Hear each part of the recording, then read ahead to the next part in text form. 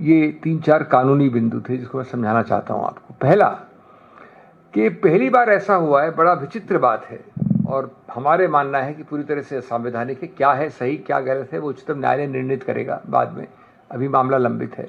लेकिन पहला बिंदु ये है कि 2003 के इलेक्टोरल रोल पे समझ लीजिए 100 लोग हैं, आप 100 के 100 लोग 2003 में हैं, और 2003 जिसको अब 25 या 22 वर्ष हो गए, उसके बाद लगभग मान लीजिए 100 लोग और या 200 लोग और उसमें जुड़े हैं उस लोग। तो इस प्रशासनिक आदेश द्वारा चुनाव आयोग के ये कहा गया है कि 2003 वाले लोगों को हम नहीं देखेंगे, नहीं छुएंगे, लेकिन इस प्रक्रिया जो अब चल रही है उसके अंतर्गत हम हर उस 2003 के बाद वाले व्यक्ति को एक संदिग्ध कैटेगरी में डाल देंगे। संदिग्ध कटघरे में प्राथमिक रूप से उसको ये बताना पड़ेगा हमें कि कैसे वो नागरिक है, कैसे उसका लोकस है, नहीं तो उसको हटा देंगे हम। यद्यपि वो हमारे इलेक्टोरल रोल में पिछले 22 साल से है, पिछले 10 साल से, पिछले 15 साल से, पिछले 2 साल से है, 2003 के बाद। और जो जिम्मेवारी है ये सिद्ध करने की, ये चुनाव आयोग की नहीं है। कोई कंप्लेनेंट आप जैसा जाके बोले कि साहब ये आदमी नहीं है सिटीजन, उसकी नहीं है। उल्टा ये जो संदिग्ध कैटेगरी है 2003 के बाद वाले लोगों की, उनको अपने आप जिम्मेवारी, ओनस को उल्टा कर दिया है, बर्डन को उल्टा कर दिया है कि आपको सिद्ध करना पड़ेगा किस प्रकार से आपके पास इनमें से दस्तावेज हैं कि नहीं। ये प्रथम बिंदु है कि इस प्रकार से आप पुराने जो रजिस्टर्ड वोटर हैं, ये ध्यान रखना जरूरी, हम उनकी बात नहीं कर रहे हैं जो याचक हैं, अर्जी देते हैं नए वोटर बनने के लिए। हम उनकी बात नहीं कर रहे जो याचक हैं, अर्जी देते हैं नए नागरिक बनने के लिए। हम उनकी बात कर रहे हैं जो इलेक्टोरल रोल में 2003 से बैठे हैं, कोई 10 साल के लिए, 5 साल के लिए, 12 साल के लिए, 15 साल के लिए, 20 साल के लिए। और दूसरा बिंदु इससे संबंधित कि आप जो 2003 के बाद के हैं लोग, वो सिर्फ 3 कैटेगरी में हम बांट रहे हैं।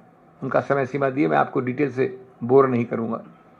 और 3 कैटेगरी में आपको ये दस्तावेज देने से ही सिर्फ आप अपने आप को ये टेस्ट को आप सफल हो सकते हैं। टेस्ट के अंदर क्या है वो 3 समय सीमा। समय सीमा 1 में अगर आप पढ़ते हैं 2003 के बाद वाले लोग, तो उसमें आपको अपने खुद का जन्म दिवस का सर्टिफिकेट देना पड़ेगा, बर्थ सर्टिफिकेट, यानी मेरे को अपना। अगर आप दूसरी समय सीमा में पढ़ते हैं तो मेरे को अपना या मेरे माता या मेरे पिता, दोनों में से एक का।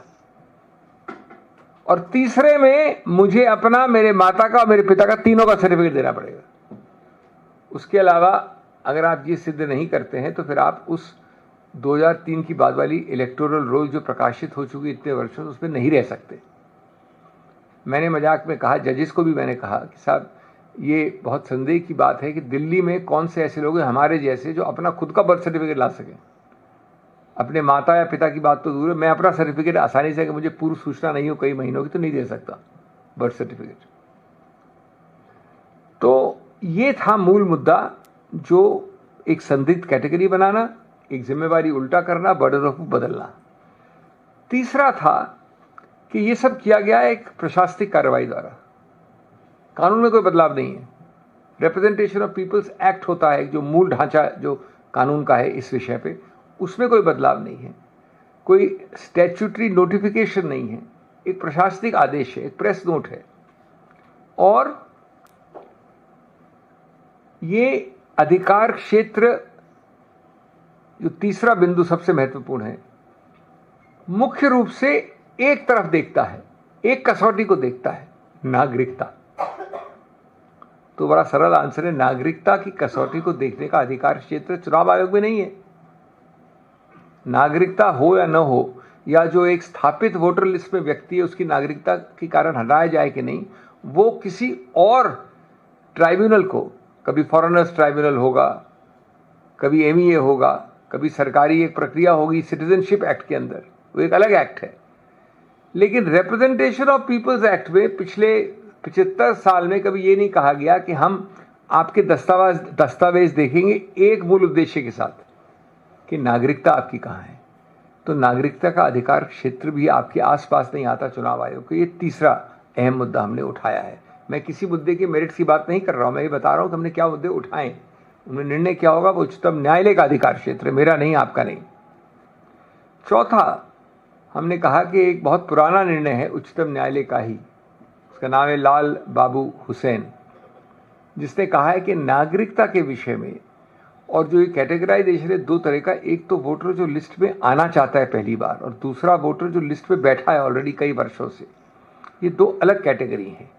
जहाँ तक दूसरे कैटेगरी, उच्चतम न्यायालय कह रहा है, मैं नहीं कह रहा हूँ, जहाँ तक दूसरे कैटेगरी का सवाल है, आप उसको हटा नहीं सकते जब तक कि एक पूरी न्यायिक प्रक्रिया न हो। न्यायिक प्रक्रिया मतलब होता है कि ये महिला मेरे विरुद्ध एक ऑब्जेक्शन करेंगी, मैं उस ऑब्जेक्शन का जवाब दूंगा, एक निष्पक्ष तीसरा जज उसका निर्णय करेगा और उस निर्णय के बाद मैं हटूंगा। आज चुनाव आयोग प्रशासनिक एक सूचना द्वारा ये कर रहा है, वो भी कुछ दिनों में, कुछ हफ्तों में, बहुत अल्प समय में। पांचवा बिंदु था हमारा कि ये जो संदिग्ध कैटेगरी मैंने बोली, ये लगभग 4.9 यानी 5 करोड़ की कैटेगरी है। 5 करोड़। भारत का सबसे ज्यादा वोटर वाला प्रदेश है उत्तर प्रदेश, उसके बाद नंबर 2 पे आता है बिहार। टोटल लगभग 8 करोड़ मतदाता हैं, उसमें से 5 करोड़ इस संदिग्ध कैटेगरी में आ गए। फिगर बदलता रहता है, 4.9, 4.4 से फर्क नहीं पड़ता। तो अगर इसमें से आप 2 करोड़ को भी निष्कासित कर देते हैं, डिसएनफ्रेंचाइज कर देते हैं, वोट बंदी कर देते हैं, तो चुनाव कैसा? चुनाव का सबसे अहम एक पुराना सिद्धांत है हमारे कानून का कि एलपीएफ, लेवल प्लेइंग फील्ड, सबसे महत्वपूर्ण चीज़ है। लेवल प्लेइंग फील्ड आधार है चुनाव का, वोटर का, और चुनाव और वोटर और लेवल प्लेइंग फील्ड आधार है गणतंत्र, लोकतंत्र का। और लोकतंत्र, गणतंत्र आधार है बेसिक स्ट्रक्चर का, मूल ढांचे का। इसका मतलब है कि अगर मैं संविधान संशोधन द्वारा भी कहूं कि लोकतंत्र में ये नॉन लेवल प्लेइंग फील्ड हो सकती है या 1 पर्सन 1 वोट नहीं आवश्यक है, तो वो मूल ढांचे का संविधान संशोधन अपने आप में असंवैधानिक होगा, क्योंकि वो मूल ढांचे का उल्लंघन करता है। तो ये बहुत ही एक खतरनाक और बहुत ही एक विशेष, स्पेशल, अजीबोगरीब प्रसंग था।